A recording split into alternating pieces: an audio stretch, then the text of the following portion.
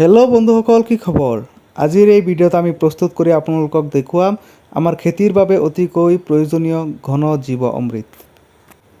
এই ঘন জীৱ অমৃতে আমাৰ যিবিলাক খেতি মাটি আছে, খেতিৰ বাবে উপযুক্ত কৰি তোলে। এই ঘন জীৱ অমৃত ব্যৱহাৰৰ ফলত আমাৰ খেতিত ফচল বৃদ্ধি হয় আৰু আমাৰ খেতিৰ বাবে যিবিলাক গা গছ থাকে সেইবিলাক অতি সোনকালে বৃদ্ধি আৰু সতেজ হৈ যায়। এই ঘন জীৱ অমৃত আপুনি যদি ঘৰতে বনাব বিচাৰে তেতিয়াহ'লে আচলতে ডাঙৰ প্লাছ পইণ্টটো হ'ল এই ঘন জীৱ অমৃত বনাবলৈ সময় কম লাগে, খৰচ কম লাগে। অন্য যিকোনো হাৰতকৈ ইয়াক বনোৱা যথেষ্ট খৰচ কম হৈ যায়। ইয়াৰ বাবে আমাক জাষ্ট লাগিব এটা ডাঙৰ পাত্ৰ, য'ত আমি 30ৰ পৰা 40 লিটাৰ পানী ৰাখিব পাৰোঁ। এই পাত্ৰ আপুনি ঘৰতে বনাব পাৰে বা বজাৰৰ পৰা আপুনি ডাঙৰ এটা ড্ৰাম কিনি ব্যৱহাৰ কৰিব পাৰে। এই ঘন জীৱ অমৃত বনাবৰ বাবে আমাক প্ৰয়োজন হোৱা ডাঙৰ পাত্ৰটো ফল মূলৰ প্লাষ্টিকৰ বাকচ অথবা চালানী মাছৰ যিটো বাকচ থাকে সেই বাকচটো লৈ আপোনালোকে বনাব পাৰে। ইয়াৰ বাবে প্ৰথমতে বাকচটো ল'ব লাগিব আৰু বাকচত ডাঙৰ প্লাষ্টিক আপুনি এনেদৰে বহাই দিব লাগিব যাতে তাত পানী ঢালিলেও পানীখিনি কেতিয়াও লিকেজ নহয় বা পানীখিনি তাৰ পৰা টপাটপ ওলাই ভাগৰি নাযায়। এই বিশেষ সাৰবিধ বনাবলৈ হ'লে প্ৰথমতে আমাক লাগিব 3 পৰা 4 কেজি গোবৰ, এটি ডাঙৰ পাত্ৰ, যিটো পাত্ৰ বনাবলৈ সহজ বুদ্ধি আপোনালোকক দিছোঁ। প্ৰথমতে আমি এই ডাঙৰ পাত্ৰটো লৈ ল'ম আৰু ইয়াত আমি 30ৰ পৰা 40 লিটাৰ পানী ঢালি দিম। অকণমান ঠাই আমি খালী ৰাখিম। দ্বিতীয়তে আমাক লাগিব অলপমান গুড়। তৃতীয়তে লাগিব অলপ বেচন। প্ৰথমতে আমি 3 কেজি শুকান বা কেঁচা গোবৰ এই 30 লিটাৰ পানীত মিহলাই লৈ ল'ম।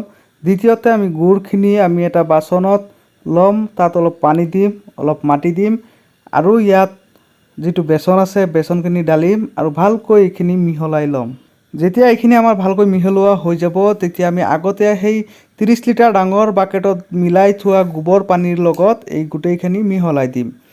ইয়াত যেতিয়া আমি গুড় চেনিখিনি এড কৰিলোঁ বা মিহলাই দিলোঁ তেতিয়া আমাৰ ইয়াত যিবিলাক বেক্টেৰিয়া, উপকাৰী বেক্টেৰিয়া আছে এই বেক্টেৰিয়াবিলাকে এইখিনি খাব পাৰিব আৰু তেওঁলোক জীয়াই থকাত সুবিধা হ'ব। তাৰ পাছত এই ডাঙৰ পাত্ৰটো আমি এনেকুৱা এটা ঠাইত ৰাখিম য'ত অলপো বৰষুণ নপৰে আৰু অতিমাত্ৰা ৰ'দো নপৰে। এনেদৰে আমি 9 দিন ৰাখি থ'ম আৰু 9 দিনৰ পিছত 10 নম্বৰ অৰ্থাৎ 11 নম্বৰ দিনত ইয়াৰ পৰা প্ৰতি 2 লিটাৰকৈ আমি গছৰ গুৰিয়ে গুৰিয়ে পানী দিয়া নিচিনাকৈ ঢালি দিম।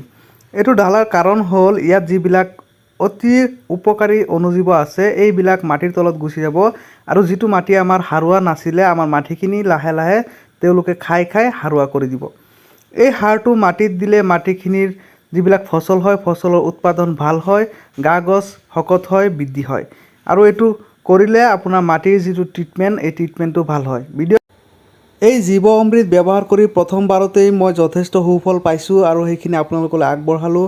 মোৰ সৰু গছতে কোমোৰাৰ ফুল ফুলিবলৈ ধৰিলে আৰু মোৰ অমিতা গছ সোনকালে ডাঙৰ হ'ল আৰু বিভিন্ন ধৰণৰ শাক পাচলি খেতি মোৰ যথেষ্ট লহপহকৈ বাঢ়িবলৈ ধৰিলে।